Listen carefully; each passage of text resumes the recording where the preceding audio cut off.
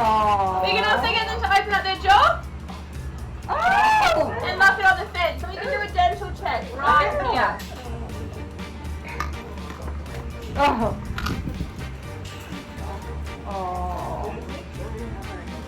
So on the ground, and they can present their paw as well. So we could pull out a prickle, spray some antiseptic or something like that if we need. Here he comes. Okay,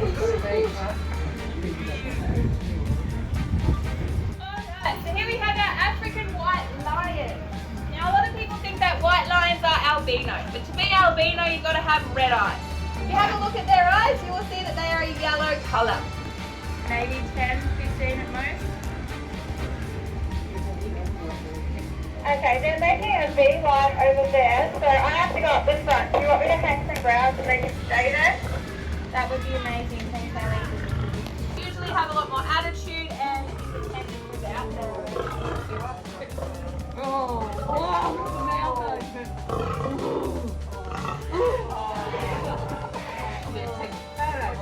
Have them up on the fence, just like with the hyenas. We're checking out their belly, making sure there's no cuts or scratches.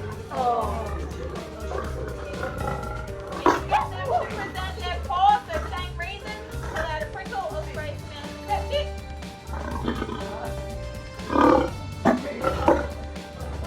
And lastly, we're going to get them to vocalize.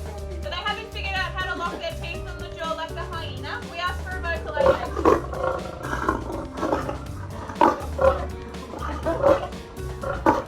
So that way I'm having a visual dental check. I'm making sure there's no wobbly teeth or any blood or anything like that.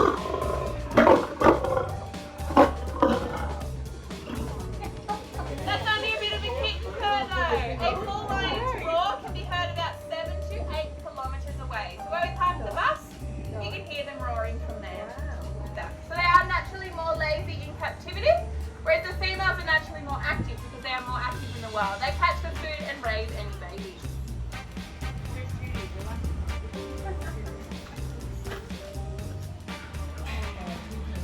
can see that her claws come out, they are fully retractable.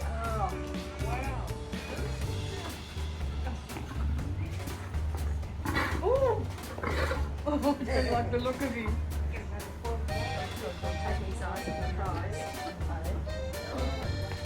Laying down on the ground as well, all the way. God, I couldn't do your job. Wow, you get used to it.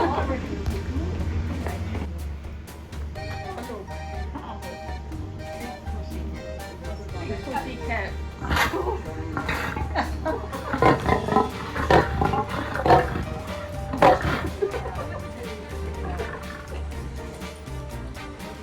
Imagine if you got in there with him. I reckon you had half a chance with Mana. I think you could trick her by getting her to do one of the conditionings and then try and run away. The other two white girls would eat you and the two white boys would eat you as well. But I think you'd have half a second to get away with Mana.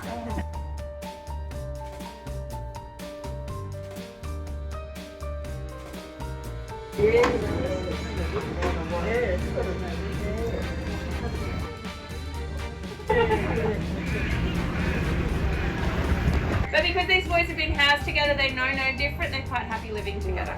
So the one over there, he's more dominant than his brother, but they still get along. They do squabble like children do with people as well. The reason they are so successful is they hunt in a large pack. So a couple chase, when they get tired, the next couple come in and keep chasing.